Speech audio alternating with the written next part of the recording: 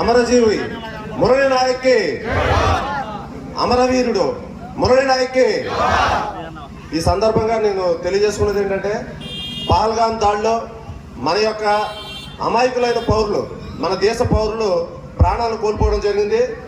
దీనిని ఎట్టి పరిస్థితుల్లోనూ మేము ఉపేక్షించుకోవాలని చెప్పి మన ప్రధానమంత్రి నరేంద్ర మోడీ గారి సారథ్యంలో మన త్రివిధ దళాలు కూడా వాళ్ళకి తగిన విధంగా గుణపాఠం చెప్పడం జరిగింది. అదంతా కూడా మనం చూసాం.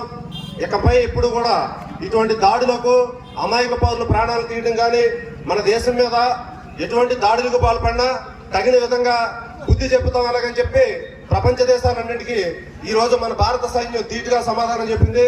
కాబట్టి మనందరం కూడా వాళ్ళందరూ అన్నింటి నిలిచి మన యొక్క సంఘీభావాన్ని తెలియజేయాల్సిన అవసరం ఎంతో ఉంది. కాబట్టి ఈ రోజు తిరంగా ర్యాలీ ద్వారా మనమంతా ఒకటే, హిందూ, ముస్లిం, క్రిస్టియన్ ఎవరైనా కానీ మనమంతా భారతీయులం.